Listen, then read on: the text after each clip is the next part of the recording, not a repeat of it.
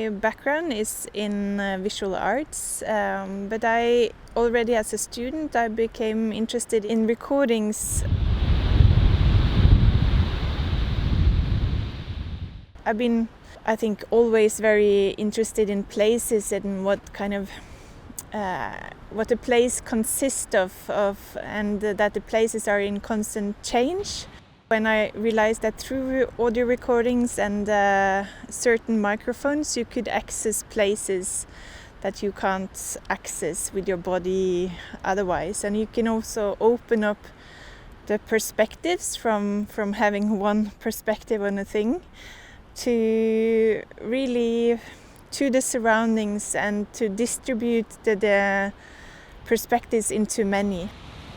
The idea of using this recording instrument that I call an earth drill microphone, it started at the complete opposite side of Europe, at Slettnes in Sápmi, almost the northernmost place that you can come in Norway. And there, together with some colleagues, I recorded the sound in tidal pools. I listened to snails and limpets, but interested in the changing resonances in the pools, the further away from the ocean I got. And then I recorded the resonance of the waves created in the rocks themselves.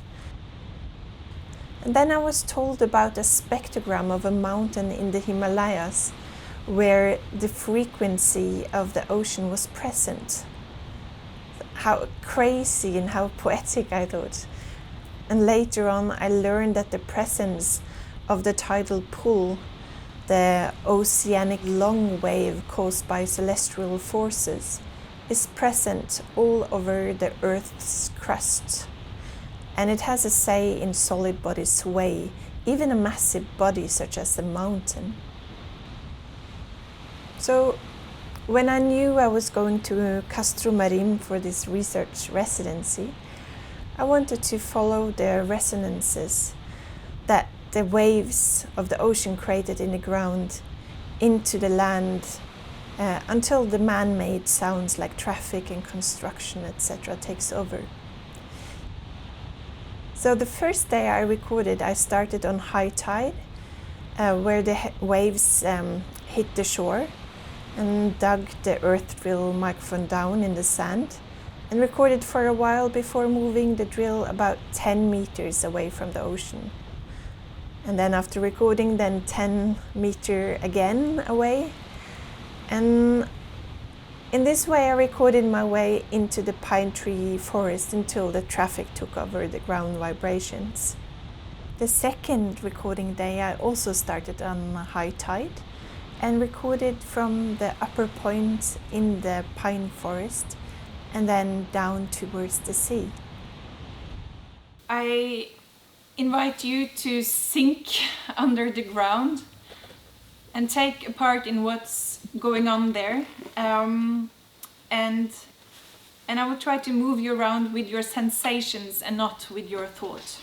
And I invite you to also close your eyes, and we will dim the lights.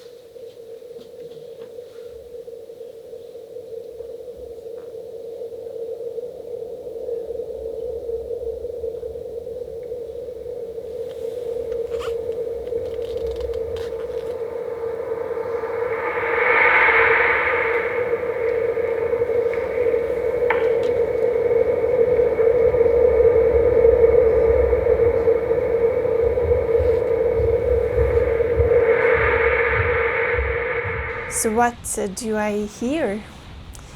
I recognize a type of resonance that I listen to up in the north of Norway.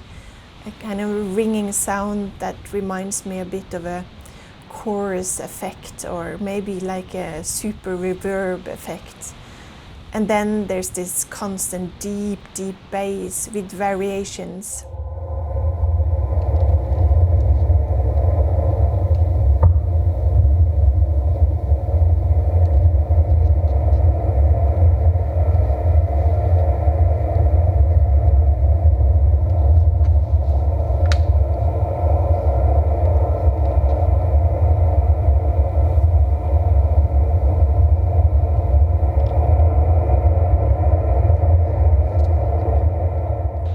this led me to the concept of eigenfrequency, the self-resonance, that I find super interesting, and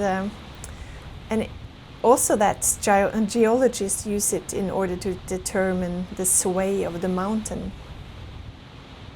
There are two things that I have learned here by doing these recordings.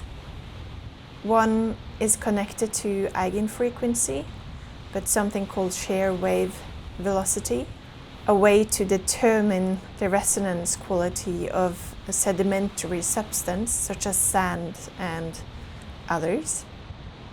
The other thing is when I listen to the vibrations in the soil or hear the sand caused by even like a dog passing by meters away, I start to wonder how deep into the soil my steps or our step goes, and what effect does it have on the life below. And this is something that I like to understand better and continue working with after his residency.